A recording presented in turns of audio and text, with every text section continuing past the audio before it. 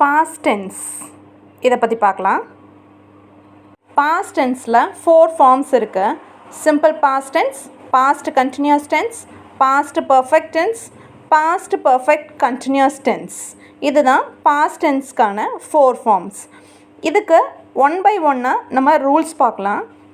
இந்த வீடியோவில் simple past tense மட்டும் கொடுத்துருக்கேன். ரூல்ஸ் சிம்பிள் பாஸ்ட் டென்ஸ்க்கு subject plus past form of the verb to.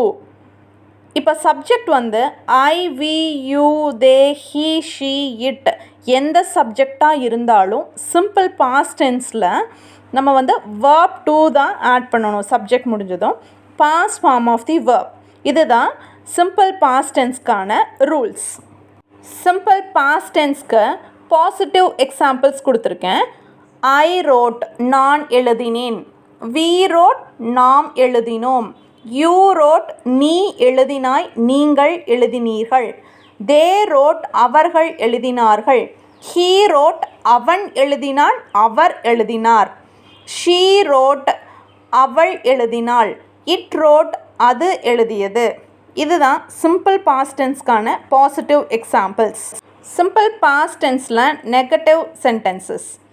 இதில் ஐக்கும் வேர்புக்கும் இடையில் you have to add did not. Examples பார்க்கலாம். I did not write. We did not write. You did not write. They did not write. He did not write. She did not write. It did not right.